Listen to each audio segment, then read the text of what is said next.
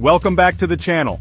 Today we're diving into a serious topic, foods that could potentially increase your risk of cancer. We all love to enjoy a delicious meal, but it's important to be mindful of the impact our dietary choices can have on our long-term health. Don't worry, I am not saying you can never enjoy these foods again. The goal is to arm you with knowledge so you can make informed decisions. Let's get informed and make healthier choices together. Throughout this video, I'll be breaking down some common culprits, explaining the science behind their potential cancer links, and offering practical tips on how to minimize your risk. Remember, small changes can make a big difference when it comes to cancer prevention. Let's talk about processed meats. We're talking bacon, sausage, hot dogs, deli meats, those savory staples many of us enjoy. But here's the thing. These meats often undergo processing methods like curing, salting, smoking, or adding preservatives. While this enhances flavor and shelf life, it also introduces potentially harmful compounds. We're talking about things like nitrates and nitrites, which, in the acidic environment of our stomachs, can transform into N-nitroso compounds, known carcinogens.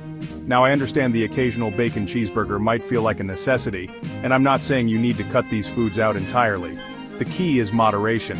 Instead of making processed meats a daily habit, try enjoying them occasionally as a treat. And when you do indulge, consider choosing versions without nitrates or nitrites to minimize potential risks. Red meat like beef, pork, and lamb can be a great source of protein and iron. But when it comes to cancer risk, moderation is key. Studies have shown that consistently consuming large amounts of red meat, especially processed red meat, is linked to an increased risk of certain cancers, particularly colorectal cancer. One potential culprit is a compound called heme iron, found abundantly in red meat. While our bodies need iron, high levels of heme iron have been linked to oxidative stress and inflammation in the gut, potentially contributing to cancer development.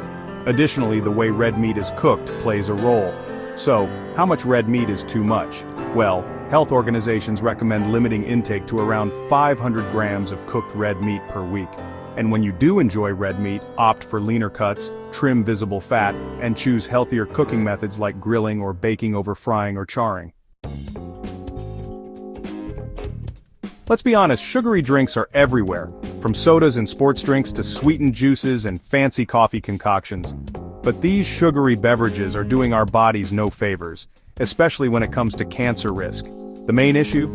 Sugary drinks are calorie bombs that contribute to weight gain and obesity, a major risk factor for several types of cancer. Think about it, excess sugar spikes your blood sugar levels, leading to a surge in insulin. Over time, this constant insulin roller coaster can lead to insulin resistance, inflammation, and even fuel the growth of cancer cells. Plus, many sugary drinks are also loaded with artificial sweeteners, artificial colors, and preservatives, ingredients that have been linked to various health problems, including an increased risk of cancer in some studies. The good news is, breaking up with sugary drinks is an easy way to significantly reduce your risk. Water should always be your go-to. But you can also enjoy unsweetened tea, coffee, or infuse your water with fruits and herbs for a refreshing twist. Now let's address the elephant in the room, alcohol. I know, a glass of wine with dinner or a beer with friends can be enjoyable, but it's crucial to be mindful of our alcohol consumption. Excessive alcohol intake is a known risk factor for several types of cancer, including cancers of the mouth, throat, esophagus, liver, breast, and colon. How does alcohol increase cancer risk? Well, when we consume alcohol, our bodies break it down into a toxic substance called acetaldehyde. Acetaldehyde damages DNA and interferes with our cells' ability to repair that damage, increasing the likelihood of cancer development. If you choose to drink alcohol, do so in moderation. For healthy adults, that means up to 1 drink per day for women and up to 2 drinks per day for men. And remember, it's always best to consult with your doctor to understand what level of alcohol consumption is safe for you based on your individual health history and risk factors.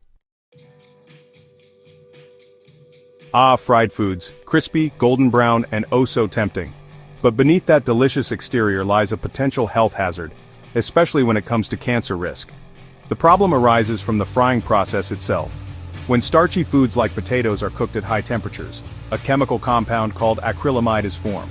Acrylamide is considered a probable human carcinogen, meaning it has the potential to cause cancer in humans. Studies have linked acrylamide exposure to an increased risk of certain types of cancer, including endometrial, ovarian, and breast cancer. Now, I'm not saying you can never enjoy French fries again. The key is to enjoy fried foods in moderation and explore healthier cooking alternatives.